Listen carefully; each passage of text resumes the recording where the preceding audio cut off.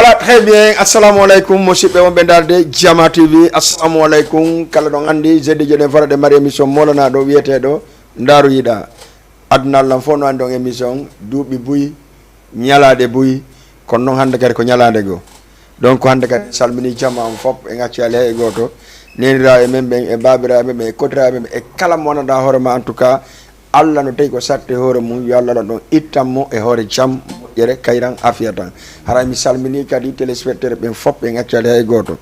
hanno hido andi boyi wole de on yi afiji di partage ma partout adna lam fo no andi on di Sénégal samedi 27 sinadu inna yetta sobbe be ndalo 27 samedi aro salla jabi e ngarta e dum don ande mi yet non tattati ka tigi mo Sénégal do o wadana en goddum mi yi mo lanco e Europe non o moƴƴino Europe voilà so lanki to hara non yedata ton o moƴƴino Europe o moƴƴino Gambia o arde Sénégal kadi o reprendre kadi ko ɓurno wadde ko pour la deuxième fois tatati au Sénégal donc mi arta e mon joni inchallah jaɓi avant mi présente on tatati de régime adna lan kelib tatata mo wonɗa hoorema antigi no ɓurma welde si aren ka tati ka tigi jama on anda ko hombo invite ɗen ka plateau men Jama TV tatati non ɗon andi fewno ɗo machallah alhamdoulillahi rabbil alamina no wodi pijibi ko yewte inde 30 minutes émission o wattemmo par ce que no wodi kadi nokgo ko yata mais sallahu lan ɗon jaaɓi pijibi en yewta nder émission on arten si Allah jaaɓi kadi si tatati gayni concert mo watta on mais jotto plateau mais arisira émission molanaɗo ara nasifa émission makko e kambel ɗon donc molanaɗo so Allah jaaɓi régime s'il vous plaît si tawi a waɗi pré addanan clip tati maintaw ka goɗɗum acca très bien régime taɗano andi sa mi ari ka plateau mi aralaɗi show taɗano voilà kile peut-être dan yo rasman fiñande ko prodman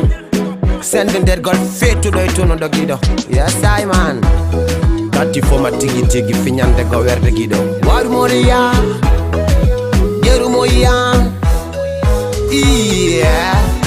ndaru be dudu de tun ko yejitor dawo be dudu de tun bombe ndaru be hewde tun ko yejitor dawo be jewde tun bombe mene mellum bay joni awa joni mene mellum bay joni yo si be fala be duda kadi bura choji ninkanganda ko minyaki goti fino bubi sasa teu kadi andu choji kadi mi abala ngoli joki dapti buitunde dapi be seke mi luta mi anda ino day be dudi de womba kadi bai be sonja oh jaja wa son soli jaja dang the man de be fighter ma si that man di fiancé ya bonalan jaka be mi chibelan kailan si be mi gi yo si do beli boy ailan awa halalando mo walilan do the boy ni do darte lan sonja de nane rasa nane yeah ndaru be dudu de tun ko yejitor dawo be dudu de tun bombe ndaru be hewde tun e ko yejitor dawo be jewde tun bombe nene mellum bay joni awa joni nene mellum bay joni ya ha yo hombo mi jiyo kadi yo yantai hombo mi jiyo kadi yo lutai hombo mi jiyo kadi yo dasi be yanda kadi kongo sinni ilata kadini bay jawra koma ila kadini bay jolta kadi hatumba ibe anda figenja rasta bay ko sonti arde gen jagoto wa varja toni figenja talando ko kombo tati man ko kanko kadi goto bonna e torunka aja ubeja besika mi anta ido si besika yo si do mi daso to do arden besika mi anta ido besika yo si do mi daso to do arden ndaru be dudu de tun ko yejitor dawo be dudu de tun bombe ndaru be hewde tun ko yejitor dawo be jewde tun bombe mene mellum bay joni awa joni mene mellum bay joni ya ha yo wandi alda mi dali dun no fono renti ala kan foko taki nane jama fono telli tati man mo woli ala notimi lamin bay nyari wada rasta man kadi andwen se dali Erdogan kadi sudali jama julbe ko gonga ka wonki salif bombo kadi bembe waldi geto bay no se di ko bonga kabende hey. Yo girl them. Yes I have. Finan the gold and the get got to be done. Petit Jallo boutique.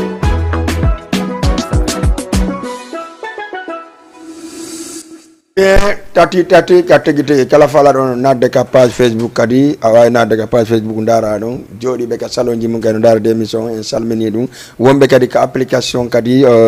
Jama TV don kadi en salmini dum en tout cas wombe ka YouTube ngano ndara de vraiment den salmini fop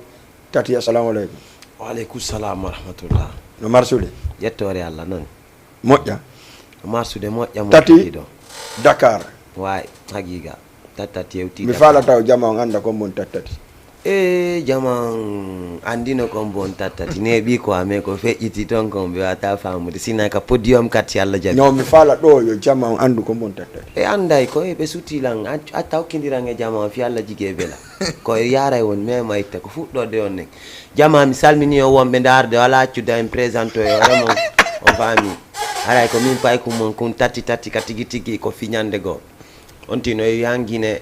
argol wadgol tourner mo ngondo concert mo moƴƴo voilà aray do ngandi non hewtami ala piji dimbuy mais lan hedi jigi bela joni propoji makko di min ko fi 27 ton si Allah jabi aji de masha Allah aji do de ay sa aji dal ko fi 27 on de wolde do après garta wole fi 25 kadi Acha, tati, merci beaucoup. Boyi yaka Sénégal fi on. Ouais. Mais mi rewa sondo be quoi. Mi ara Sénégal lo même wayri mi wadde do concert quoi. Parce que voilà. Hari konon quoi. On no, tiari no e golle. Awayri arde, wayri wadde ko na ko rewata do kon do ko lawol. Do rewa ya Europe ya ko fallawo. Mais menen saga men sa rewi do saga mi ko goddum wadu men anda tati rewi do walla tati ari do e ngal non tati ari. Mais c'est pas la première fois argol ma concert. C'est que nous deuxième fois on ni. Troisième fois. Ouais, Gwangama. Troisième fois on wonda e arde hikka. Nanko quatrième fois on ni. Ah bon? Parce que mi joue na duta sec donc. D'accord. Yes sir. Andi mi ko wonde ara mi do. Non, mi tiari mi dumani ke mais ko quatrième fois on ni. Quatrième fois on tati Sénégal. Ouais. Mais pourquoi 4 fois tati Sénégal? Ouais, Sénégal yimbe ambe no heewi do sai la ngarde do ma promoteur jo no addude la ndo ko sabu fambe ambe no réclame la na do giggol kati a fami promoteur be ben fo addirta la ngacci akke non de ko sabu fambe ben no heewi do a fami ka tawde kadi vala ko réclama do wo ko on no dete ara wada sai no tawde kadi giggol no wodde no accu akke taw kidirange jama on ti yala dum do da bo goddum ko mo kidirama jama on de ko giggol promoteur be ma de parce que be woni wadde piji di fo pi tati al ni landu mi alante goddum go min kadi sabu na accu akke taw kidirange be ko da di fo walta mo derbe taw tewto mo ko vala gasi promoteur be down tati quoi d'accord ko an tabe tewto tabe tewto ma ko émission wonde d'accord merci beaucoup tati Sénégal tati samedi inchallah de sek à partir de 20h haray den tori jama fo we don yi carnaval on fendo be jinde partout pour yewtugo jama concert ko duta sek wadata bon en arta joni organisateur jon kanko Ibrahima Sori mais tati hande mi matroni Europe awaylan Wowlande on tourné Europe depuis passé hari nebi tati yaali Europe pourquoi nebi tati fof ngi ervay de tati mais ngal tati vraiment hebi opportunité yawgol Europe wadi a tourné puis concert makko kapana vraiment machallah wa machallah andi ari mi doga ni yaunde be ko doguda awo ko tan de Allah haaji ay non de hendoto da wobbe be fuɗɗoto ɗo ko ɓe mari 10 ans ɓe ɗaɓɓa ha ɓe heɓa 90 ans kono ɓe heɓa 100 ans ta ko ɓe mayata ɗon ɓe heɓata ko ɓe ɗaɓɓuno kompi ko neeɓi mais min alhamdoulillahi Allah ɓoyinilan gokku ŋaccilan naɓilan komi cecco komi wonno ɗaɓɓude ɗon ko buyi mi yawno ton o jonni la lawol mi fiji de fambe amben voilà malgré si piji go yalti tom alhamdulillah mi hewti c'est normal andi dabbere e tampere no wondi wajiga wallahi d'accord cette fois-ci engal hewda Sénégal promoteur ben woni femme Guinée femme Sénégal d'origine guinéenne le Mama Salou président on no ne Mama Salou Lemiro donc hikka be waduma hito pour le 27 kon dum marda ko maranda fambe ben ɓuri ko ɓe anno tattati ɗon par ce que piiji buy men yi kesi kono wolirta no masha Allah jama o yo andu simini na ko woy wayli ko wowa woda mesda woy insha Allah sondo be hakkile den yaway da nyande fini weti on tino jangude on ti jangi piji buyero distance ko mi waddi do e jama on do a fami Sénégal lo ardu andum ko ardu jandu sa calculi ko mi arno yatuma me bano opportunité mo yano mi juira non faalirano e ngal do no mi ari insha Allah jama on sifitoto yawno ben fawsi Allah jabi samedi on wawa sifitade dimension ko feji kon insha Allah parce que mi dal gol pandi ko wure vide mari kolon kala sino wadori ko bup fella bar wure widi wure vide mari kolon kala wure je cela di voilà andi be na pulal modja plupart andu be aduna yangi be memme tafi son yewti on famondiray be fuddi be anda fus andi anda o fuddo to tungon son kay jamais don famondira fami ko dum ciontino andi o waday quoi wadorde nenga no kay nyiri wondi to ndimma andi anda hutola do mais si wadora ko son ko tun quoi mais samedi machallah den kaledi te da wadori ko atati langoli mi duda me mi fanda no me mi yona kadi ko timmi ko da wa mboddi force re quoi duda iye yawete jura quoi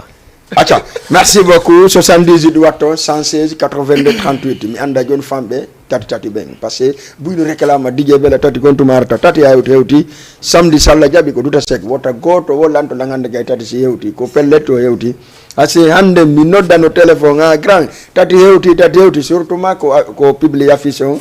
ka page Facebook vraiment jama no habita tati acha affiche na numéro téléphone awa mi arde Ibrahima Sori yow tati ma yow day fam ben acha Ibrahima Sori en tant que organisateur tati concert tati fambe be ata hewro taw jama on artenka plateau ado ko sakki sori ba do rayno da acha d'accord merci beaucoup DJ Bella Dioli haray min assalamu alaikum haray ka local jama TV do hiden hiyo haray téléspectateur ben fop mo be ka hikori vraiment haray de wi communauté guinéen sénégalo guinéen assalamu alaikum haray ka jama TV do d'accord donc justement haray koko wi dalo kon tati déjà o hali très bien do ya gayno min ko dum do mi ande parce que fambe min no be sonjilan atta assalamu alaikum sur benodou allô bonsoir allô allô oui ça va no welde wallahi sinan haka fewdo do haka nudda do no welde day jam alhamdulillah men kay gana welde moja merci beaucoup da noddam mi hoto ma ke onno Allah tan minte bena every masi alsan no way tati wonda yewdude andu tati jona tati mi wa tati no tati mi alamo jonde mo hedima tati comment tu vas ça va boss ankadi marsude yettore Allah nanta yaw no welde ko jero gono ni conseiro ngala wono woni rasina de wi ko wiiden non nen tammi ngen ko yo ngar wade yite inshallah ya rabbi en foti to mawda no woni kadi iji kadi machallah ko fiñande go e giro d'accord anda honji sonji tati din anko forcément ya acha merci beaucoup mi yettige nani Alassane ok merci nge samedi salla jabi 78 d'accord 78 82 38 ko woni na ton ka serbo direct yew min non 15 minutes parce que bon yaano go ko andi ngon tun ko mi yet non kon wada parce que tati hewti Sénégal hikka non ko goddu ngone wadde mi torto tun taw meloma non fop yo ar law engage question ji dum fo mi fusi mi posata do tati ko satti ha nyande concert on gasi ninge makko no mi wada face à face jama on darte on émission do yette goddo kadi kali assalamu alaikum message ji allo allo merci beaucoup acha 78 116 82 38 Ibrahima Sori do goddo natu parce que ma kile pour mi fala régime mi sutti asutti dan mi ko clip am préféré tati on non kalumo acha merci Ibrahima Sori oui tati engal on katika on hendi kay tati bien sûr ko hondo maran don communauté guinéen on samedi en tant que l'organisateur oui merci beaucoup DJ Bella Dioli déjà koko fans be landi kon parce que da andi e wada yananda warma sondage à chaque fois e wada sondage à travers de la communauté à travers dogalan don acha assalamu alaikum yanda je allo merci continue. Voilà, et what est sondage hit andi c'est à travers les sondages waten propose des artistes donc vraiment communauté on indique raison laquelle haray l'association des femmes sénégalaises d'origine guinéenne vraiment choisi haray tati Ouais. communauté on landimo Et puis pourquoi ngal choisir on tatatu donc da nga dande mo poda tawde tatati pourquoi? non justement parce que ko honnu ko artiste on landi dum non andi chaque artiste quand même est valeur mudum en même temps den andi déjà difficulté ji ko watta do kon si tawi artiste be do ari do D'accord. Acca tati ko gonga wi ko wulli wa medano ebdo no jira. Acca yette ngo allo. Assalamu alaikum. Wa alaikum salam wa rahmatullah. Jarama. Hino e jang. Hino nodda mi yoddo make honno. Ame hero dan pala wolde do. Bismillah tati no do wowlide. Ame hero mo jil tat. yo la ngiwri to on non e jam ko no way Tati. tigi ko non tigi on ja tigi Ay ka bonta bonne. Da way wolde ko wollon kon. Tati. Woli ko woli kon. Ay yo fendi mala almoja. ko ere ngide on ko fiñande go machallah yo D'accord. Ko do na be noddude? Grand Yoff. Mi salmini be Grand Yoff be fo samedi. Inshallah rek en do. Samedi yande et puis grand. Fi Allah ekkite argol concert law o concert do ko lawde. Tati ko menen. bon attaque Okay. Donc ko ene woni na enen quoi. jige be da baya ni awada ilang dumaji do question mi wala na lima jango ara itaidi mabubi asunni ko sudo ko voilà ara bui pose émission spéciale lundo Non ko mini tati so gay ni salla jabi concert makko nge samedi inshallah mais non terto no wodi andi c'est-à-dire nayi wolinde ko voilà piji din fo mais wada émission spéciale pour fambe ben parce que piji buy no doa yewtede e côté tatati mais ngal il faut que voilà assalamu alaikum allo awa régime oɗo télé makko on o faala taw o ɓaɗi télé maɓe iti voilà aray ɗa fuɗno yewtere e ngal on addali mamaya ko tati pour yo heɓno jurana mele mano par ce que yi ñanden ko Sreguer waɗi ɗo kon en tout cas c'est excellent vraiment kanko o jui normal c'est pour cela kala artiste addani mo doit juɗe fonto o heɓa scène on 2 heures 3 heures tan no stop ko wadi cette fois-ci organisation vraiment mesure des temps DJ Bella Joli donc ko wadi artiste ben déjà les artistes invités depuis hanki son di mabbe din kala là je vois ça donc cela veut dire ben que convocation di mabbe à 20h d'accord donc cela veut dire à partir de 21h on commence spectacle on haray pour le premier partie d'accord donc message question de corona dum do acca donc 70 allo bi téléman fi yalla Malde idna volimo. widu voilà moƴƴa noon wiɗana voli télé o merci ko allo Allo. ɗay jang ɗay jang kon toon ɗala e noddude Abdourahmane on bo Aslem d'accord ko tati fa alla yewdude awa yewdude makko noon kono ɓe ngalama e nande moƴƴa ɗa ɓatti télé on to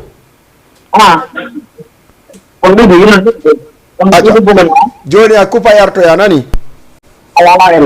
acca 78 watton 116 82 38 tati fansi ɓenno bloki kaliji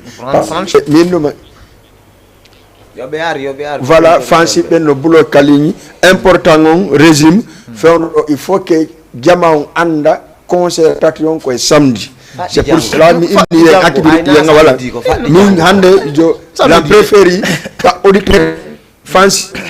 maɓɓe ollike min par ce que miɗo andi tati mais yewtay so Allah jaɓi addima ko spécial pour waɗugol pire moɗanako weltingol fansi ɓen te ɗeɗo balla yi tati no golde moƴƴa mais voilà tati haray tigi tigi on samedi an tigi a wi si allahu lan ɗon jaaɓi a fijanaɓe ka lutte fillede ko honno fijirantaɓe ko lutte fillede il faut mi anda ɗum ɗon an tigi a wi tigi on ça veut dire ko tigi on min komi on tigi on sa yi lanterre to ala ta haalu fi goɗɗum go kaka tigi ɓe andi yewta ɗon a faami ko ama lummino tummi oye wadde ngal ɗo ay weñagol no woodi voilà no tati DJ Bella nane ngal andi kelan ɗo donc pourquoi promoteur ɓen hannde choisi hikka choisi addugol artiste jogoto ɗa andi tati kala ko adduɗo a waɗay ɗa andi siko pooɗa o waɗay tu comprends donc haray c'est bon non ɓe pooɗa ɓen o waɗanay ɓe siko pooɗa ɓe fala spécial a famude donc iɗa andi ɗa ka densol on ɗon ɗon kankani haalaka a famude donc cela veut dire c'est un artiste complet awa mi yettoma noon ɗon d' abord pooɗa on voilà min toganamo ɗum min hirsu fiyon nu non hay mi duña yengal arna podugol non no pooɗa on accugoy comment fijida e jamangon quoi donc fof maɓɓe kon waɗirantaɓe pooɗa kono mo waɗirantaɓe pooɗa kon no fof woni waɗirde pooɗa ko fi poodugol ɓe a faami comment pooɗen no an kadi an ɗon anga pooɗiɓe déjà ha ɓe hewti ka ɓe duwa ɗon no manki taw en ɗo acca e feƴƴude si allah d'accord ko enen famɓe ɓen en ɗo acca e feƴƴude hakkude men ko ata tati yesaya vraiment no ga fans club ma on kono yewɗa e ɓen ɗon d' abord par ce que ɓen no wakkiliɓe motivi fans club bangon no andi way allah dandu sa yiɓe fof ɓe yowi confiance e ngaɓe woni fans club ban ɓe hooli no gasa konti woni wadde kon vrai macha allah ulan hooliɓe baba ɗum ɗon koɓe wakkilo kadi a faami ɓe ɓeyda dole ɗen me ya par ce que min mi décida besugol bras mi nandawa hersinowo tagaɗo par ce que voilà lan anñersa lan mari guingui ɓernde mi dartoto si allah jaaɓi mi yeddara ko mayde waɗi dow ma goɗɗum go mais famɓe ɓen taɓe amu wata ɓe aajo yoɓe catto ko ɓe catti ko ɗum minna e famɓe amen ko fidèle ɓe min kalle mi wona e fidèle maɓɓe machallah ko ɗum waɗay komi yeehi wo ko gonga no ɓuranilan pénal ɗen mi yewta ko laaɓi kon par ce que tam mi hersimɓe fi ñande goo yessayi alhamdoulillahi ko fi ñande goo vraiment DJ Bella ɗo fayda ko innete kon ko ɗaɓɓitino kon gaɗa yitirama gani ga déjà c'est l'arrivée de l'artiste ko ɗum ɓurno wonde importance ko neɓano haalede kon fop déjà tati respecti vraiment on lui félicite vraiment au passage et surtout le grand manager Mouktar parce que mi meeɗigol manager mais mi yi façon go kadi sago an hedditiɓen yoɓe ƴettu mesure makko tati ça je vous dis o aruɗo avant andanɗa hoorema date haala ɗon acca 78 116 82 38 allo oui ça va no marsuɗe ɗa e jang alhamdulillah ɗa noddanmi honto ɗa make honno make medina custom buto acca an on ko yawtugol ma da sek naata wona gotum 19 ɓe gaɓma wolde tati min gedduta kadi ko 100 métres nakkuna men non tetto 100 métres noon ka prison noon o subhanallah goɗɗo o tani 100 métres acca wolde tati hay moko ba konno ay way tati ono e jam weltare jooma nani dange ko petit bollal wanindran ok Alassane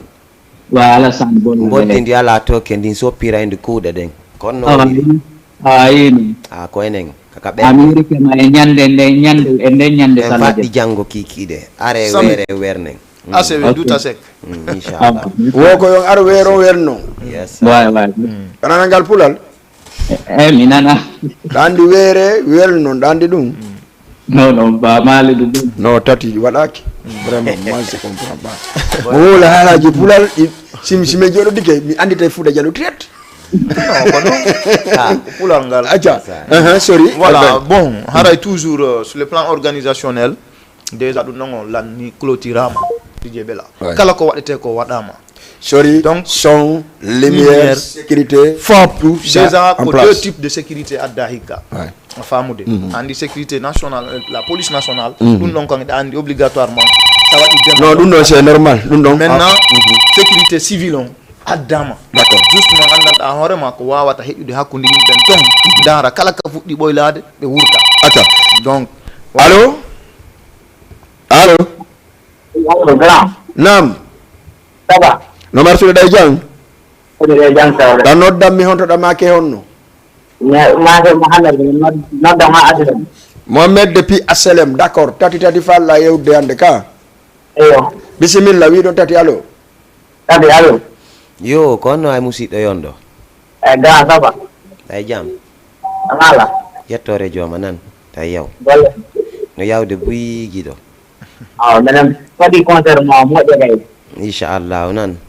En telva min kay. Prépare den yen fijen jallendiren gido. Inshallah. Wala problème. Inshallah. Ara la ngabbi on ko fi mon do addi la ngado. Yesay. Merci beaucoup. OK, big up. Acha, merci beaucoup. Aray voilà, yasele benkan yo parcelle Guédiawaye télévision on wona ka page Facebook be ndarde be jodi kat écran mabbe ndarde tati. Voilà andi télé on vraiment alhamdulillah Jama TV donc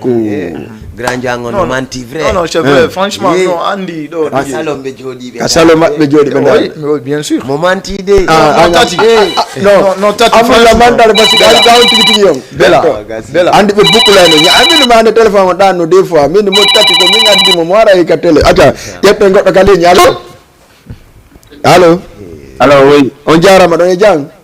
Jandum na. Do make hono do noddam mi honto. Mi ñawli ke en. Mi yobirama honno. Acce dum ñawle en. No mi d'accord, bismillah. Ene ñawli do wolta do. OK, ala yura. Awa yuro mo don. O do non ko ñawli do inde. Tati ko ma. Sawa mo ko bada jang. Jandum. Sino. OK. Di concert inshallah. Mashallah, ara la ngabbi on gido ko fi mon do mi ari. Boto. Aika. OK, gumda. Kaka bernde. Werde gido goto tabido. Merci beaucoup, merci Aïssatou Koundara, merci Serikba, merci aussi Mr. Billo, créateur, kanko watti min do wi wor DJ Bella mi fala yaadu tati mi warta mo mi omo. Inshallah jabi tati aray inshallah tati merci Billo sande kursi Billo création benamo petit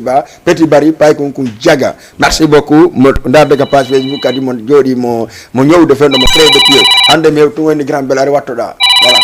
acca e goddo ka ligne allo allo merci beaucoup tati nebata émission me wala baydo fokkiti émission go kadi wona en dumanto ko hondum marda ko maranda ko hondum marda ko yewta fambe be passé men fala concert on fuddo law har hay angi hore ma gonko wiida kon a waday amaturo ha ay ben mono bonata ko mari kom toro fambe amen e fambe femme sénégalais d'origine guinéenne ko be aru law be ara be arda e jikke teddungal e needi voilà on ti siatiri kamunno yalti argol fitigol ko yo ar wada dum don hara yettal ko buri dum ko nadata dum e piji go yonti andu minyirabe mun no ton kotirabe mun no ton nenirabe mun no ton babirabe mun no ton ko bare no jilli en foko yaw e teddungal ben jalendiren lantori dum no fambe inshallah ya waji ko be yesay ko non pas min ko non mi way ko waji to do gido darantum ko pi duda do me akile den no do no modiri acca mi jetta goddo acca assalamu alaikum Alaikum salam. ko pi den duda kono hakkile den no moddi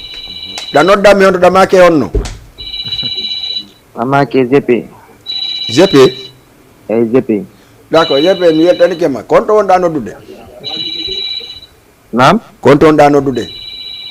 Medina d'accord woldu tati ono Medina fo mi fala bayna pass yo botom 19 ran kandere duta sek acca e woldu tati Jonnema. yo dat no jontima do ana goddo jonnete mo kala no jodo de ko jogi ko Tati. yo zepe keño konno way Way awara ma waylatago. no metti waylade gido yonno passé voilà ko yaadu doño même may tafita ulfito Ay enen fo ko enen gine ngon quoi. mashallah ko gotum gido Ay min ka kindi awani ko en quoi. dandi ka kamen non kadika En kindia. Ay bi Ban sai ko ngaisa kindia wala ngandi mo. awa ko en jolla ngabbi on jango en fo mojo bum yen ton waden do fijen jalindiren notondiren kaka bernde d'accord acca ara meden yobe meden habbi on nani Sial. yandi il faut que aro law ara on arali ha tawon tati jabi jino 3 morceaux 4 morceaux haraw juidi faal do hedade ni il faut aron law il faut que enen kadi 23h do haray mo kawre jangen argol law voilà parce que vraiment ko tardi sago amen indat 23 mais minuit 0 minute haray deuxième partie on gasi accede am ansone non yette goddo ka leñi tati wala nay acapella après artegne e clôture de l'émission allo ka régime da yalti allo garan du telema on seeda allo oui ça va day jang jantu yettu dalla ko mo falla ko tatino do yewde makko tati ka tigi ko don tigi yo ja tigi naka jibilibi ko no way jantu no marsude way no marsude buy tay yaw udde bobi ay ka ko no way ankadi yettu dalla faala jawdi hana ka faale jawdi ko gonga sayon no way warduwas ko fewtinde o e winday ko wakila gol musiddo ka da ngabbi on de faddi jango e samedi on ka dutta sek inshallah onan sayon waywa way warduwas fewtinda o e winday de nda winday mais tati pourquoi aybi joni futa fe kono ke tu wonda mi wali futa fe de passé ko futa mi ari kono akri don de balde do simi to mi ari gambi no joni tati sincèrement parler en mi noddobe na tati no kono no be anda fiya passé bu yala ya anda fiya andi be fiya ben fami acca jette goddo kalini allo oui assalamu alaikum wa alaikum salam on jarama dije wala no marsude day jang alhamdulillah nala to dama ke hon dano dammi honto Amadou Diallo Westford monsieur Amadou Diallo Westford tatadno no wimo allo ok merci tati yo konno ay Diallo jalana mi dara day jang alhamdulillah nala to hewti jam wa weltare joma nanta yaw men hewti jam gido no yaado ju ok bienvenue vraiment do weltana bi ko yon civilité civile émission ok merci beaucoup de do encourager jamaati mashallah ara kadi mi do kadi ressortissant ngi fonde gawol do Dakar do merci d'accord kadi inshallah en tout cas do encourager men civile ma ko heewa inshallah wa mashallah gido yalla ara watna gol dawna kiti don do d'accord amin samedi andi kono sidani gol artiti jong ko si o iwi lagine o addama do be yaabe sutte be nata be sutena ko don ci ndare gambi ko tati hedi gambi vraiment gambi min nay bravo a gambi parce que gambi be accueilli tati modja concert ji di kala woni gisse fermé donc are pour no arno non ko strager non parce que on se dit la vérité concert ji hewdi ni wala fi majji e wa le kadi wala fi mum fami enen en fenata ko non ko yiden ko nyalla tasa ko wala bien sûr c'est une façon de soutenir l'artiste vraiment are me fa duta se bloc tati joie parce que hay min do hum pamo ko joata joni quoi c'est une façon de soutenir la culture voilà c'est ça acha jetten kadi goddo kalli allo acha régime mon yo nodi tout ça la jabi passé a joni voilà merci beaucoup tati mi fala ya andi no jama'u no wodi ko addanorda be ka plateau do men nana voilà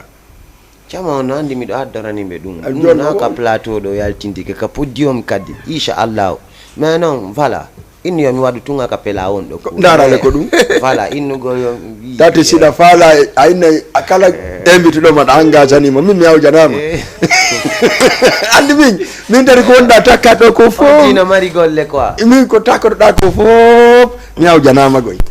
ay si Allahu lan don jabi si concert on basi e abbe do émission da de ali si émission concert non anta ko takko da ko lay tumbude wallahi jokka lawo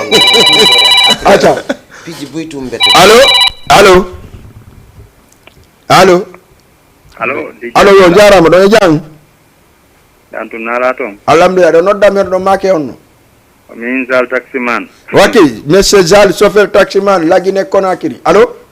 joni mi yewti bay mi émission mi tamina bo mi nodda no Ibrahim keda waka merci Zal merci eta tadi fu eta kasudu mo kasudu wakam Oui, o joni noon hewti ɓay mi émission min abba mi noddaw Merci beaucoup. Euro don salamata. salamata no salligoy to no yaade juuɗe ɗa andi salamata en kañum voilà ɗa andi waɗɗangel Wagasi. Tal. Madi kadi no hiwro ɗon costume makko on wo kañum DJ Bella OK, Madiou, merci beaucoup grand goul. merci wayo d'accord awa haray do ko saati kon ɗon laatare meɗen invite on fof ɗen invite on fof d'accord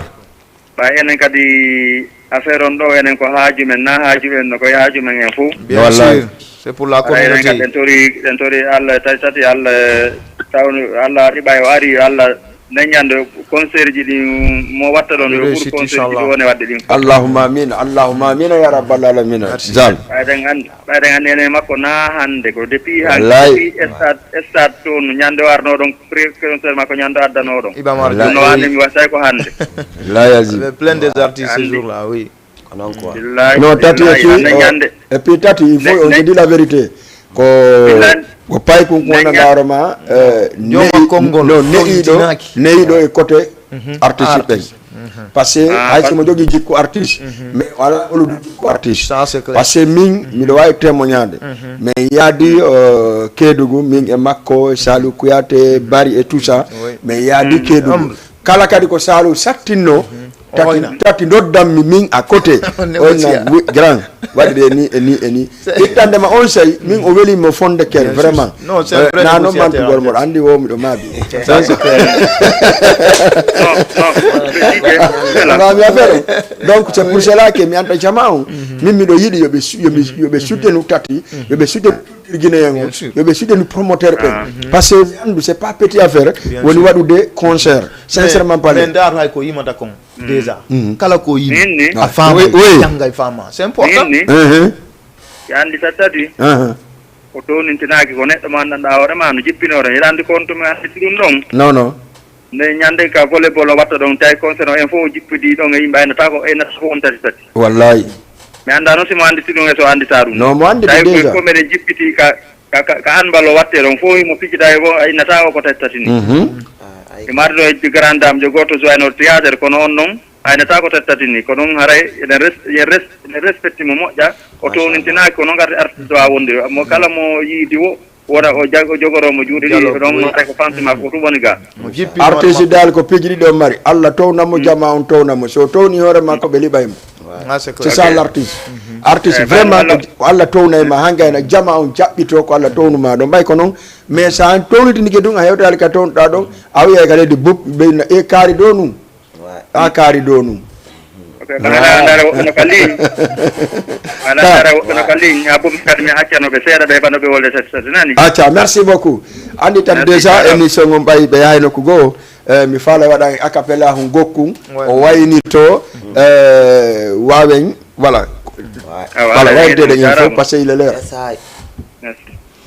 jakoni aduna koni hande wela jango metta watuna koni jakoni aduna koni hande wela jango metta watuna koni jakoni aduna koni hande wela jango metta watuna koni jakoni aduna koni hande wela jango metta watuna koni piji bui soti darnde bui la mijiti tampereji bui wadi kono me munyiding ko hebu dawo hambino ko walla jonnuma gonga maka bende matungata lotata hande welirima jango kati metirima joma lando fayata kadi ko warata ajama mwawi ye wadu doyi nyande go sai yonko paino wele yaw jakoni aduna koni hande wela jango meta waduna koni jakoni aduna koni hande wela jango meta waduna koni yaw finyan morceau ni ko morceau waɗɗa anali non oɗo passé mi yi refrain mo mi yi couplé on non andi ka fala wi mane bom non ouais famu tu andi bombe on ye bombe on koye samedi wata wiggetormo wawa tan ɓawo man jogomo banni taga jungo ñamo man wata wiggetormo gayna tan ɓawo man jogomo banni taga jungo ñamo man fini mi taɓi joma jawlen wallata golle maɓɓe ko ɗaɓre fiyatuna fini mi taɓi joma jawlen ajaka golle maɓɓe ko ɗaɓre kalisi imi walle mbe watanga kuɓe andite kalmo gayna tan wallete imi walle mbe watanga kuɓe andite kalmo gayna tan wallete bombe buyno jooɗi kasare do sonjay yege fono lorribe bo fobe puitunno kasare do tampere sonja fono lorribe wobe jogi karisi embe suditi itu zakawara yanin sataw gonga budo taw sino feunditi andite kalmo gena tan wallete fini mitabi joma jawlen wallata golle mabbe ko da prefiatuna fini mitabi joma jawlen ajaka golle mabbe ko da bere kalisi ini wallembe watanga kube andite kalmo gena tan wallet yes I finyande go en tati wo aya haali taw parce que lemiro ma ara mais en tati on andi hoore no heewi tew o akkitira sa jara safora rasta muslim andi rasta farayon no to mi anda fi bendo mi la mar rasta ko mi jullo ko muslim jo ko do mi yani rasta muslim min na faray c'est di kanko o créé tout problème na mi wod créé ko même min ko min ni na rasta faray ko yo andi no min ko mi rasta muslim bela ko mi rasta jullo Racha muslim. Ok, Racha muslim, d'accord. Mais d'accord, on quand on voit là de hande ka plateau, donc je suis d'accord avec toi. Il n'y a pas de problème. Mais chacun son tour. Donc voilà, sorry, d'abord passer ma tête après. Faut que you fi événement on famille parce que ko fatti jango. Samedi douta sec. D'accord. Donc ko habano ko hewti. Ko nebano halede ko fo hewti. Déjà l'artiste est là. Déjà au fait vraiment presque hewdi. Donc hande mo ka local Jama TV do justement pour andingo limbe ben vraiment tati et à Dakar. D'accord. Donc il a andi non il est mari invité be molanabe. D'accord. Donc wigol vraiment et puis dans unité concert Mamadou Salif Sow voilà. Donc en tout cas le président du mouvement Ensemble le parti Ensemble pour le voilà. En même temps aussi directeur général de l'ASP. Ouais. En même temps aussi maire de Dialambere à Kolda. Ouais. Donc da andi de mari maren du molanado vraiment ko andi fi mudum. Donc que Hadja Halimatu Daleng la maman nationale da andi maman nationale fop no andi Hadja Halimatu Daleng quand on parle de Hadja Halimatu Daleng acha kupana don taw yalla kupana don Hadja Halimatu Daleng don voilà acha jette goddo kali nyalo voilà yarama on jarama do e jang alhamdulillah yi kali pay ko ran no sengola go gina ko nakri nam yeah re voilà yani ma wizi khalifa ko enen petit fi nyande ko gralla ok acha goddo kay nati allo oui allo jaram nala to do e jang alhamdulillah tati live on ko direct wonda won do tati no do wonanama allo oui boss wa tati wa ga tigi kono way big bro weltare ko amene illa wala bere abbe bitat a do weli lang en fotti ton fotte lawaden ko duwa ko ngidon aika yes I ko patani no penti pedo aika kiale ay ko da bonda kia da wati men dédicace une femme d'accord dédicace pa abin pedo no sere di berenda ok kono inde monde ko lamin honno dédicace e Lamine Ibrahim ko fi nyande go yewte duta se ko to wati dédication digo labe mamu ouais labe mamu ko ne hawti merci beaucoup voilà voilà DJ Bella haray ko tori den jamaon ko be aru law d'accord donc yimbe yo aru law artiste invité ben déjà minni makanji no ma sonji mabbe din kalama hanki donc ben don zuway law hetto ndiren e tati hidandi no haray podium ko kanko tun jeymo ça c'est clair no mi jabana ma toronki afami non ko parce que de ngandi parce que so fuddi ke de ngandi afami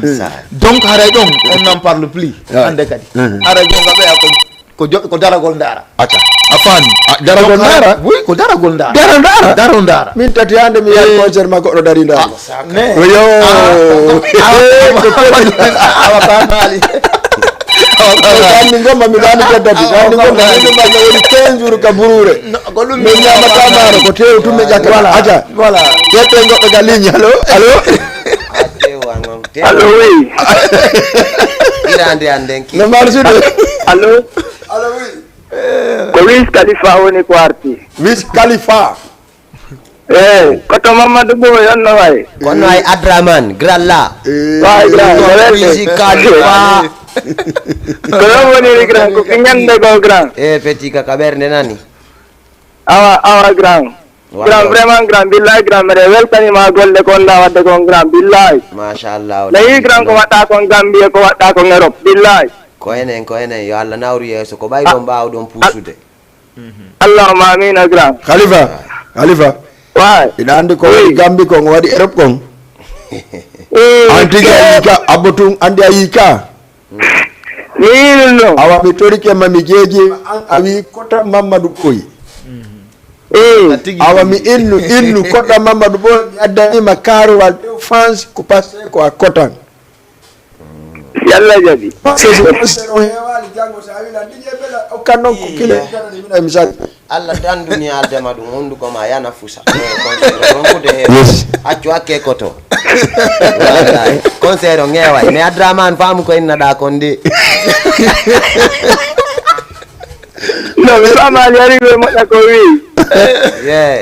andi odo ko koto bela ko new do lando kadi afami ka okay grand fami re joni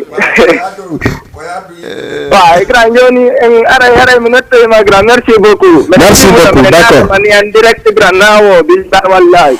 ay ko gotum betti laada ma pa wanjano voilà sorry ganto do woni voilà ko précision mi on wadde haray e weltanto vraiment président Saliou Le Miro vraiment qui a tout fait vraiment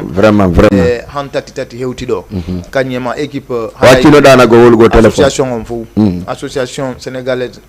femme sénégalaise salmine président on Binta sénégalaise d'origine guinéenne han hewta e président on vraiment Hadja Binta Pellel vraiment be wadi effort molanabe kany hedditi ben fop c'est contido en faljay no heewi vraiment contribue vraiment fi yo événement on vraiment yo wonu un événement andanda vraiment inédit en même temps aussi vraiment harako luttetedo haale défi mon d'accord donc inchallah wadayle parce que tati wona fandudo en yi ko wadi kon il a sillonné l'Europe ayi Afrique do kany kadi il est en train de sillonner donc cela veut dire hande c'est un artiste à soutenir vraiment pour la communauté sénégalo-guinéenne vraiment bay ko fi mabbe addi modo donc haray toujours min ko mi wata wiide fans be ben yobe respectu yobe aru law harabe a tiali han tati gonga be yimi ha ronki be ara yobe vraiment yobe aru be tawa tati no tawde ka podium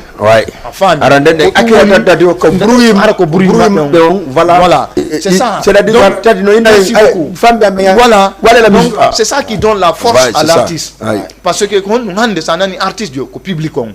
famude donc hande enen kadi fokke ekkito den dum don yimbe membe yobe acci won golang 1h 2h du matin ina no arde concert parce que si be ari law à partir de 20h 21h be hebay ko be fala sa woni don han 4h du matin 3h du matin 4h du matin a hoti wala problème vraiment mais ça inni acci han 2h 3h du matin ara e hino concert ko 4h30 gaynata donc enen normalement tout c'est ko 4h mais grâce à la négociation président Saliou Le Miro be acci han 4h30 donc justement ko fi mo be wadu satisfaire mais yimbe yo aru law vraiment be arda e needi be ara kadi be nata be acca bakitagol en famude parce que hande aduna weetino sen ari vraiment ide wawi tojde biye nata der ton siko no dugol goddo da wawi gol der ton no dawntigi mo falada inna hida der ton mais hara arali bakito baaw mais andanda horma fi affaire sécurité on dum don kon ettama few donc mais ko der men falaka goddo o yo aru bakito daro baaw non fop si ari yo fewtu directement ka dambugal sodati keji mundi vraiment soutena tati soutena culture guinéen on sori aray ko wolda konko gonga acha régime clip régime asuti misuti esuti ko asu bura Asutike, mi suti go weli kono jombani Suti go foti kono jombaka Uino gato be famani Asike nebu kono wopani Suti go weli kono jombani Suti go foti kono jombaka Uino gato be famani Asike nebu kono wopani Uino gasi be jombani Andu benka di fautaki Uino gasi be jombaka Andu benka di fautaki Uino gasi be jombani Andu benka di fautaki Uino gasi be jombaka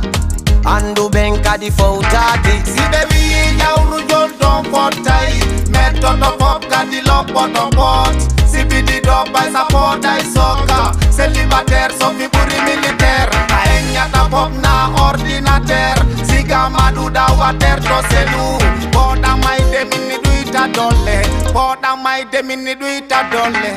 Suti go weli kono jombani Suti go foti kono jombaka Uino gato be famani Asike nebu kono wopani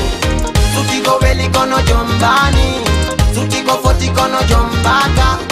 Uino gato be famani Asike nebu kono wopani Echurba fula wa ai kasare Be suti resto woni no porto Ida be woka di be hotto Nyande wo ya duleide porto Turba fula wa ai kasare Be suti resto woni no porto Ida be woka di be hotto Nyande wo ya duleide porto Espanka di be reuro yaino Bari kati wo be fauto roita Dubai to bai be reuti roita Bai roita di wo no sati seda Alako wati sira esara Alako wati talaye bemu Kofi tata fe inondin Oja sa andai Suti go weli kono jombani Suti go foti kono jombaka Uino gato be famani Asike nebu kono wopani Suti go weli kono jombani Suti go foti kono jombaka Uino gato be famani Asike nebu kono wopani Enani menga fautaki Fika la nonga jombali Ronki kono futaki Na uyi kono bobali Ko wanda donga sudaki So besi ya mobaki Ommo koza anotali Ommo lamba ya doutali Ommo chindela notali Ommo mamunga doutali Ommo dalaba anotali Ommo pitakali Bembe bama kwa doutali Bembe zere kora notali Bembe kamsa doutali Yami ko haweta Etual ko haweta Muki en ko dartido E grande de ko dartido E Philadelphia ko dartibe Alize ko haweta Sobedu ko haweta Ko alfa gai tisi mirai Ni werai kadiba ni wernai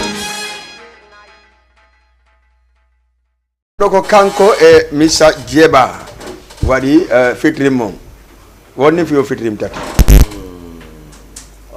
fitiring yaltudo do suti ko weli jombani wa ande a jombino tatode anga tawaka ko mi clashi kondo do ko menen be jombali be mi clashi ko ase men fotaki kombo yedi mi tata mi jombi la wi de ramar tato awiu gab jamaade no le mo se ma den ko no mi godi don mari e pio ko molabe e pio oya ko molabe kamon daka wai no se andi ko nyesira be joni ko nyesira be frère wallahi suti ko weli on ko menen men clashiti dum quoi menen be jombali be ko non suti ko weli jombali juti ko weli jombali nata problème ko ni bol won non ko don be nata sombre français non attends parce que suti ko weli ko mi ron ko famude on gal pulal don mi fara la bina jama be parce que be question la dum ja yi do question ji fendo ka do be fa suti ko weli jombali musito dandi tanada nge problème anda adi la ide ya sitaw mais est-ce anda yetengo do kalini allo oui allo on jarama ton komboni Mr Billo ça c'est Billo création Billo still, why? Yeah. Kono fewni saba day jang. Ça va bien, no metti andade de nana la famu jama on no ka téléphone andi tati cinati ko tigi on non.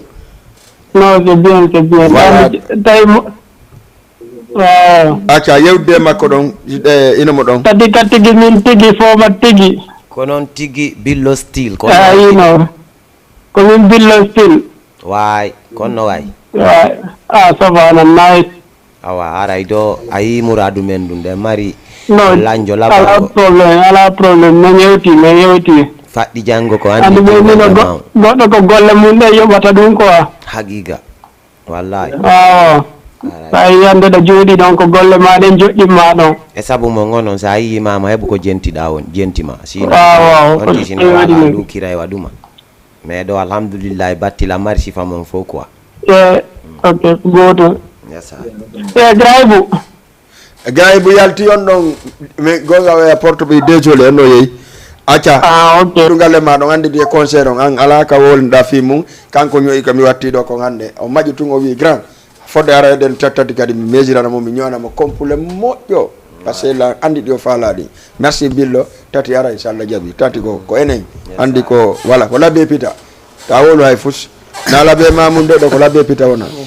Voilà un présentant, M. Mama Salou Lemiro, président femme guinéen d'origine sénégalaise. Parce que d'origine guinéenne, donc un présentant mo kanko moƴƴa déjà si mi falji kanko faljitela joni. Donc baylangandi jeli sayo nyande go men joɗuno wi DJ Bella mendi mona o wi dandi non hala kala nata ka yat ton hewata o wi mi hi wawa kirenni. Donc ɗum ɗon fof voilà ko gonga ko tati wi kon on tigi neeɓi kan kadi wondude voilà waɗoɓe pooɗa ɓe Mama Saliou Lemiro assalamu aleykum.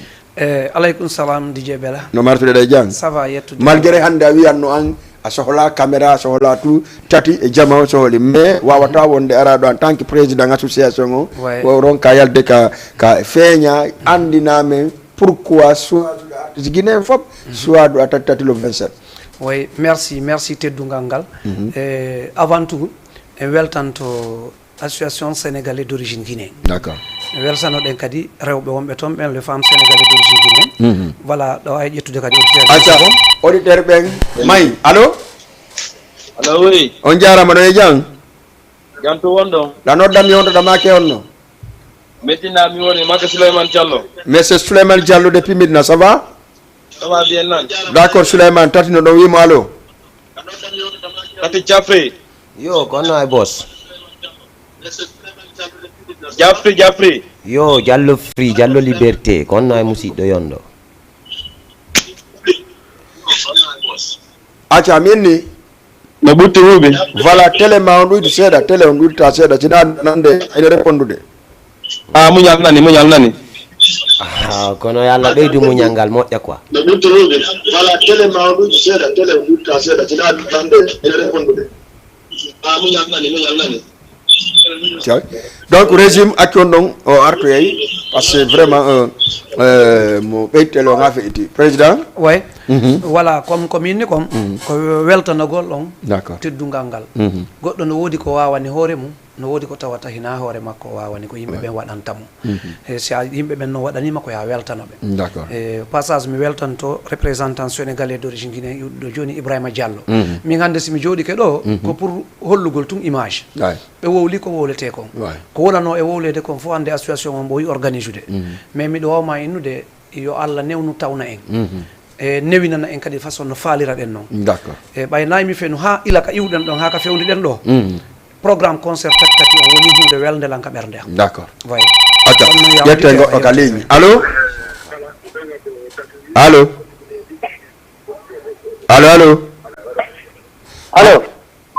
voilà merci donc andi weltanoɗen kadi le femme sénégalais d'origine guinéen président ton carrément Binta Pellel Adja Binta Pellel kañum e julde e negge Adama Hawa d'accord way allez-y acca salamu aleykum way bulaki d'accord ok a faami si en iwte ɗum ɗon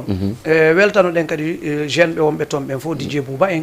ceerno Bari Sougue en e ka Sérif Touré Sérif Mali e kañum e DJ Alpha depuis Labé kamɓe fof ɓe weltanɗen ɓe kanko Ibrahima Souri arten noon e le big ménageur d'accord e Amadou Mouta mais arta on ɗon donc a ray weltanimo moƴƴa mo newinani en golle ɗen facilitani en golle ɗen o ari o terti tati o wonti kanko ka équipe men organisateur donc tati wondi e woɓɓe goo enen wonɗen enen e makko famille donc weltano ɗen kadi wona Soufia donc aray gollude golle labaɗe mo dankitani en ɓe façon no ɓe dowa dankitorede noon e ko lutti ɗon komi wattata ɗon koko raɓɓiɗi sa ƴetti auditeur jo ko ɗum ɗon tuma lutti kon ko ƴeppe goɗɗo ka ligne kadi allo allo oui grand ça va ɗay jang ça va bien welde alhamdulillah langani ko tati falɗa yide wimo allo allo oui ay ko grand tati falɗa yide wimo allo allo oui mon grand big respect wallo teddungal no e ma giɗo yondo konno way ah ça va bien la noddama depuis Medina bonata ko agi awa ɗo no gasa Medina ɗon paasi ɗi nduɗata ala paasi ala ɗon ko pay kun dete ko principal na ok ɗon ko famille on ko calɗi ɗin ɗon on lan habbima quoi heewen toon tewgiɗo ok big res yesaya wallo aca merci beaucoup ok bon haray e fewndo ɗo ka jooɗiɗen ɗo hannde en combati e rewi reweteɗe ɗen fof no woodi ko yettude yimɓe ɓen no woodi ko yimɓe ɓen ene maɓɓe ɗen fota andude enen e jama on fof ɗen fotatere andude tattati par ce que ko enen e maɓɓe fof woni dardude mo ha weeli ɓe tawɗen ko oɗo ɓurani ɓe o saayi ɗo ha immiɗen naatuɗen fi addugol tati ko seeɗa yewteten ɓe fi makko par ce que ɓay wari o jooɗike ɗo woɓɓe no mari amour ko yewdata e makko ko yiyatamo ka image ɗo ko joni noon ko ɗum ɗo wonno ɗen e yanganade e yiimo Europe e yiimo ɗo Gambi e yiimo avant ɗum ha tawi hannde hiɗen jooɗodude e makko e sabuji wakkilama ha ɗum ɗo waɗi donc aray ko torotoɗen jama on mo ƴettu auditeur jo aca 78 116 82 38 allo waaleykum salam nana toon a jawondo alhamdulillah ɗa noddami on ɗamake on no ko Alpha Omar depuis Thiès Alpha Omar depuis Thiès eyi Alpha Omar ɗa woɗɗi Thiès dey iɗa woɗɗi dey Thiès non waɗa si Allah jaɓi noon samedi ara lawnani ok inchallah no woodi dijejo goto mo mi faala yiide Thiès o organise no toon concert kono mi numéro makko on perdillan eyi ko wonno d' accord mi andita so Allah jaɓi acca tati ɗo yewte eyi allo boss allo oui ko onno way eyi jiɗoma onda way lange jam an kadi goy alhamdulillah ɓetton jawaɗo babamɓe to tonga ko concert ma o yettita ka hôtel ok andi pita ka concert Peter California pita ok c'est vrai non ko 2017 allo minni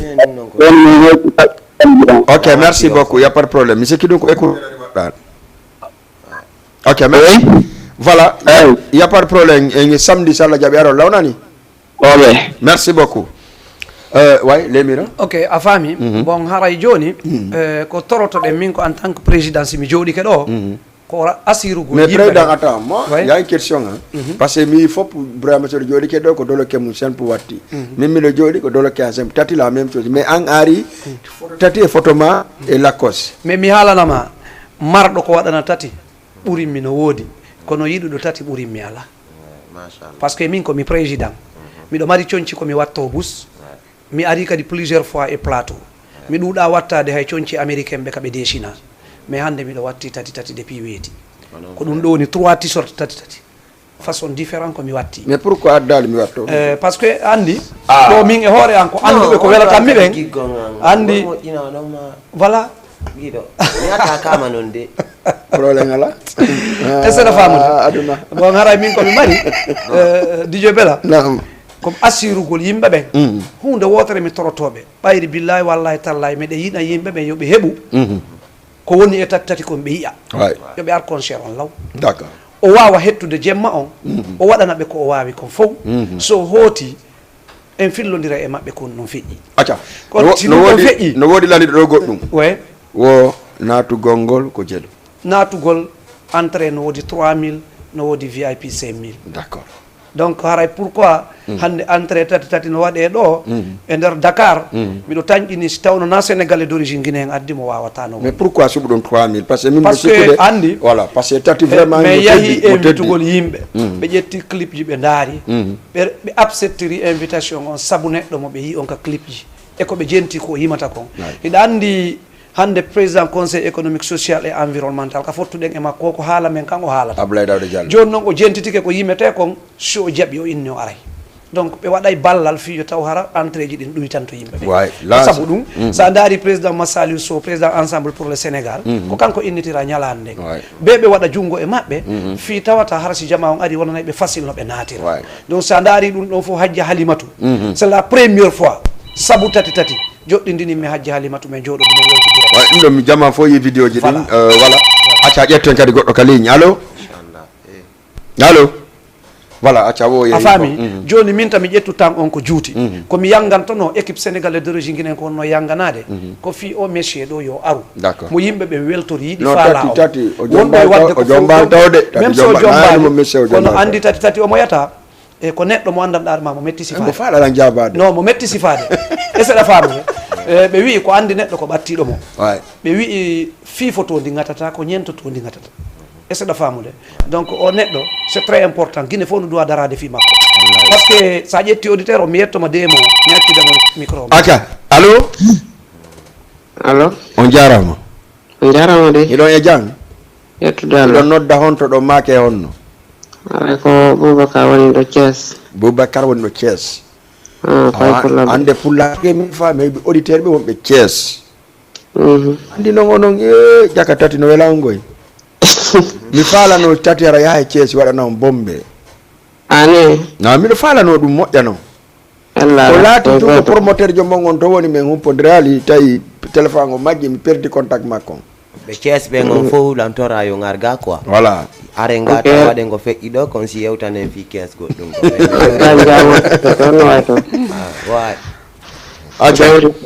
d'accord ok merci nani merci beaucoup voilà merci joni on demo mi woni demo mo yewtude pardon non on ɗon kala jawo wa awa ko honno way musidɗo ɗa e jaam giɗo yondo a yettude Allah sino famille on alhamdulillah ko fendi awa ko weltare Allah nan ara lan habbi on quoi awa nan merci ok haray demo ko mi wolata tati o ari ɗo o inni moko baɓɓen fof no inne no gayna haaju no mari doole kono o holli men wo wallen fayɓen teddinen rewɓen sa yi ka concert makko ɗo chaque fois o inna ƴette fayɓe toso ko ɓen ɓe tawe ka concert am par ce que janggo menen kadi meɗen sohli woɓɓe goye men jooɗo men daara ɓe hara ɓe wawi ɓuuri komin wawi kon hay goto meeɗalan haalande ɗum e artiste jo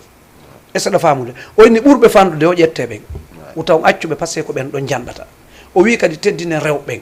sen teddini rewɓe heɓay ko faala ɗen donc si o artiste jo no arde ɗo communauté guinéen on fof no doit immade ara soutena mais soutenage o no landi yoɓe ar law par ce que si ɓe ar ɗon tumbere jemma e ɓiƴodirgol hara goɗɗum goy no feƴƴude ɓaawo maɓɓe o tati waɗi ko men meeɗa yiwde artiste ño waɗa o wi momin ƴetti oto momin ƴetti on addatamo o luwani hoore makko oto 23 heures o tamen noddumo arano hoore makko donc yo jama on andu ko fewndi wallahi jonnomo micro acca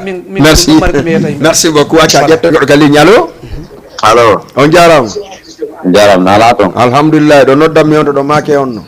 nodda Fas Mamadou Hadi Ba depuis Fas ouais d'accord Hadi miɗo heeɗima tati no ni wimo allo ouais kono e Mamadou Hadi Ba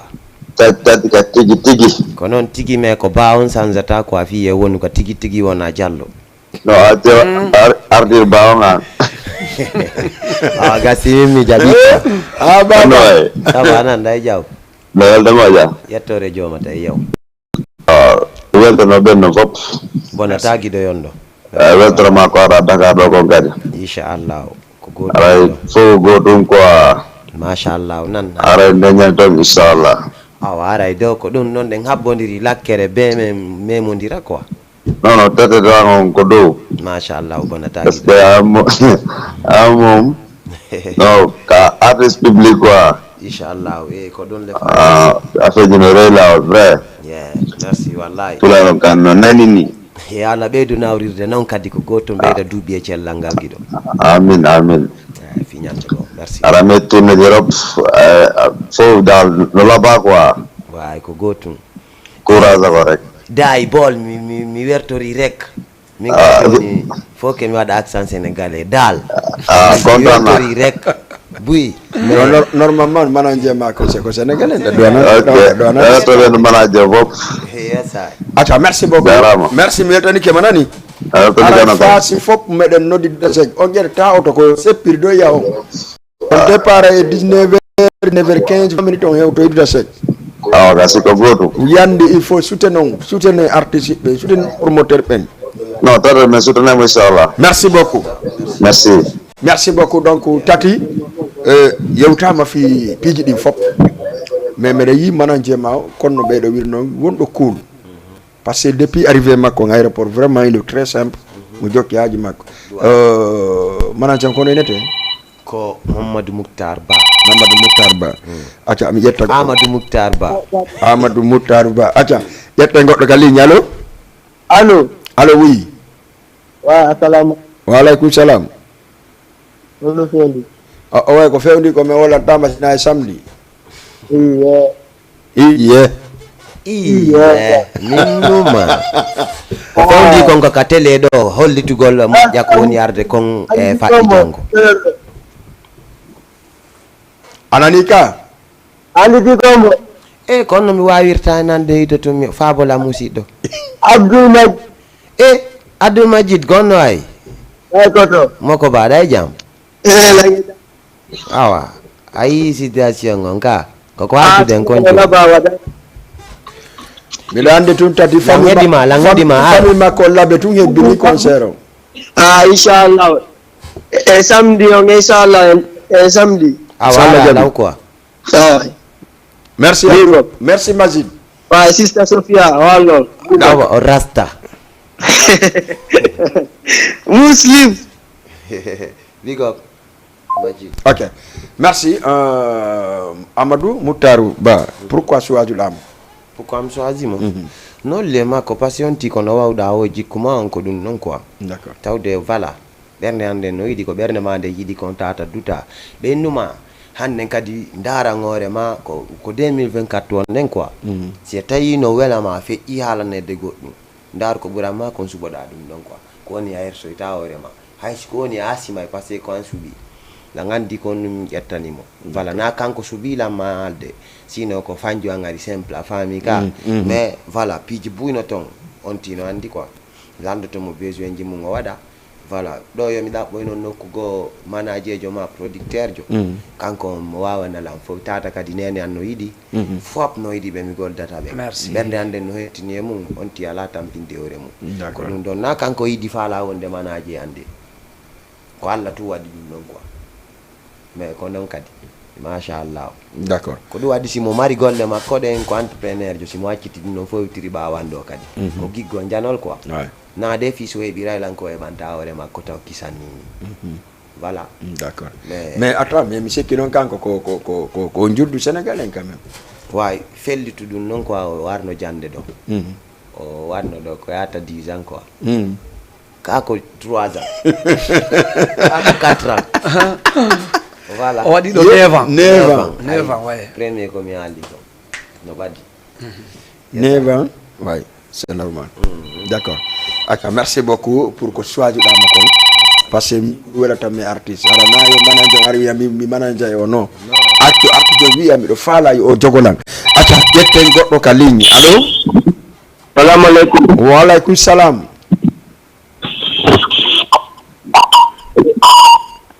allo takata ko télé quoi ok télé on be andi be habbitoto be yayi be yete si be woni dayma problème ko non il faut be duina télé on be harabe nan taayto ko be yayi image on tum voilà donc waray tati woni minuit 20 minutes émission men on déjà lanni jama no heewi tew ka page Facebook ni ka téléphone mais weli kon nayo burtu sina ɗum waray ɗo ko to wawi kon jantorde ka kono acca ƴetten goɗɗo ka ligne allo salamu aleykum wa aleykum salam on jarama dey hiɗon e janno marsude jantum kon ɗum fewniɗa noddammi hontoɗa make honno ok lamaki yembere d' accord ɓe maali ɓe fof salminama laabe e maali ko gootum ayka ok hino ɗon jafri hino ɗon jafri wimo allo jafri no iwritoma ɗon ko on no gerduɗa e ɓuuɓol musidɗo gonno ko na meɗen ɗo men prépare de concert amen on concert men gonde samedi arowo ɗo faɗɗi janggo min hollitude jam on ko ɗum fewdiɗo guiɗo sino onon kadi ko on ɗum fewdi ton sawa awa jafri acca merci beaucoup président kon wayɗa waynorde min komi waynorto ɗon ko yo Allah hokku jama on fof jaam newinana yimɓe ɓen fof ɓe hewta ka maison culture Doula Seck annuye mo faala ɗen on enen artiste jon fof wawen jonnude yimɓe ɓen ɗum ɗon miɗo tori ɗum ɗon par ce que sa nanggui hunde a yii fof no fokkite nden hunde haray ɓerde ma no weeli sa addi goɗɗo fof weltorimo haray ɓerde ma nden no weeli sa nanggui golle fof nangguiɗe haray heno weeli donc haray ɗum ɗon fof a wata waɗande hoore ma antum mais artiste jon fewno ɗo ni Allah no hokkimo muyba ko andanɗa hoore ma muybuɗa a muyba ay onon bella en ɓekkataɓe so ɓattike mo ɗo yimɓe fof suɓoto e seeɗa famude donc ƴettu auditeur jo acca ƴetten goɗɗo ka ligne allo allo allo allo acca mi sikki ɗum bon a faami bon haray min toujours ko ɓurtanmi aninde ko yimɓe ɓe yoɓe andu na concert ji sifa ɗi wowɗen wadde ɗo 3 heures du matin yaha kala ka faalaɗa réglapiiji ma ɗi fof aroya concert on en andina yimɓe ɓen kadi concert on hiɗen okka officiellement ha e 4h30 si 4h30 yoni kala wo ko humpaɗa toon tawi a humpitanoke a humpitotako par ce que leydi ndin ko laamadi nokkuuru nden ko jeeyaɗum vraiment e soɗon famude artiste jon kan kadi komi wowlani on ɗo kon c'est clair o wi o humpitike piiji buy ko feƴƴata mo ƴetti auto e disponible hoore makko fi wota menen men inno chauffeur jomo men nelata on yo fado seeɗa leer mo men haaldi o si yoni ko auto makko ko chauffeur makko ko millier makko on auto to tawa en toon ha yeetuɗe jama on awa uswata donc 23h0 tati no ka maison culture Doula Seck yimɓe ɓen yo ar waɗa programme no natira no jooɗora no waɗɗe no darora no waɗa placement ji mum ɗin fof 23h o ara o waɗa ko addimo kon donc ara min ko ɗum ɗon mi toroto jama on mi weltano hikkimɓe la yeeso ɓen moy équipe association sénégalais d'origine guinéen worɓe e rewɓe wonɓe toon ɓen fof e partenaire ɓe wonɓe sutenude en wallito en si tawi woni en landama paasi ɗi en heɓata taɓe lellitanayi en e hoore sutura donc ara ɓen kadi ɓe weltana e weltano ɗen kadi yimɓe wonɓe en okkude du'aji ko nangguɗen wo yaltoya no faalira ɗen noon toroɗen jama men on yoɓe andu ko men kon ko ɓooyi wo ko ɓooyi ko ɗum woni ko men kon min noon miɗo ka leydi ɗo sabu culture guinéen on mi répéta chaque fois ko sabu ɓe artiste ɓe o communauté guinéen wonɓe moɓade ka concert ji ko ndu fiji ndaru ɗo jonni men soobe ha min hande miɗo ƴetta chargé de mission conseil économique social et environnemental Sénégal wona nokku goo mi itti ɗum koye organisation concert ji guinéen ɗi mi itti ɗum ɗon miɗo remercie fop weltani fop nodditi fop menen men ɗaɓɓi kala ko ɗaɓɓete kon fiyo artiste jon konngol mum hewtu jama on no ɓe faalira noon comme sono comme sécurité comme milieu mi findita ko fi affaire sono par ce que fof no andiri men ɗum ɗon koyo Allah newinan en façon no faalira ɗen noon hino tati hino jama on hino communauté on hino Doula Seck ɗum koye samedi aro o hande kay goɗɗo wiyetake le 27 sakko o sikka ay lewru ɓe no mari le 27 kono samedi aro ko aro ɗo rek faɗɗi janggo rek siko français nanta ko samedi aro si tawina français ko e asewe aro donc 27 aroya e lewru go aroya lewru go kono samedi ko aro ɗo haray ko teddugal fof en jonnidiri rendez-vous nde ñande inchallah jaaɓi en weltanike fof au passage e weltanike kadi wuuri e on directeur télé on weltanoɗen kadi an DJ Bella e golle ɗen hino laaɓa en andiniɓe kadi samedi kadi aro kadi haray hiɗen ɗo hiɗen kadi émission go inchallah merci acca merci beaucoup musidɓe wuuri préparé noon dernier waynagol ngol ko kile peut-être tati kon wayntorta kon wayntorta ok Jama TV Jama TV Jama TV Jama mongo bayno baw mon nani Jama TV, oh Jama TV. Jama TV, Jama mongo by no baumong. Me wow like sit do 30 man by your fighter. Jige bela mando halala no by your walai ma jige uri hala kansonte ya dota ko so be fi andu Jama TV gido yote ko gonga goto wi mi faljata don nani Jama TV Jama mongon no baumon nani yoyi finyande go werde gido goto tabido kaka tigi tigi. Merci beaucoup. Régime clip s'il vous plaît. Bye tout le monde. Et samedi Salah Diaby. Voilà. Arano là-bas Hamaï. Samedi Maison de la Culture Doutasek. Entrée 5000 VIP. Là.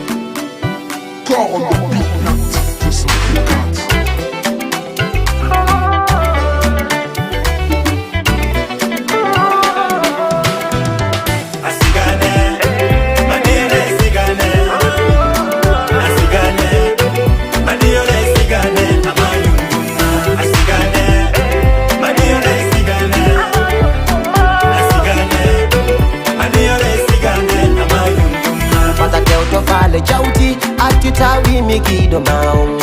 Kikol ka bernde taki mo idi gido baina fay mo nene Aduna ko sai he Aduna ko sabu Iroli na ni wontan fatamba Awamara fanyi sune hira ima kulumbe Anu e detestine e rejetine ntamfiranu Emara vanyi vaisune ima kulumbe na anu muna keli finema ali musesa filmanu ali ya kulumbe mone wasa asigane madiara asigane na mayu Patate utofale jauti atita wi mi gido maung Kikol ka bernde taki mo idi gido baina fay mo nene Patate utofale jauti atita wi mi gido maung Kikol ka bernde taki mo idi gido baina fay mo nene Awa tampu dono eto etido kadino tampa Awa sembu dono fanda e fandu do kati baino semba Kogodo wani godung kogodo da patatun godung Mimi sayi di no waila Ama sayi on no wailo Iya kogi kolyanga godung gido Mimi anda no zati Patate utofale jauti atita wi mi gido maung Kikol ka bernde dati mo idi gido baina fay mo nene Patate utofale jauti atita wi mi gido maung Kikol ka bernde dati mo idi gido baina fay mo nene Asigane madiara asigane madiara asigane amayu Patate utofale jauti atita wi mi gido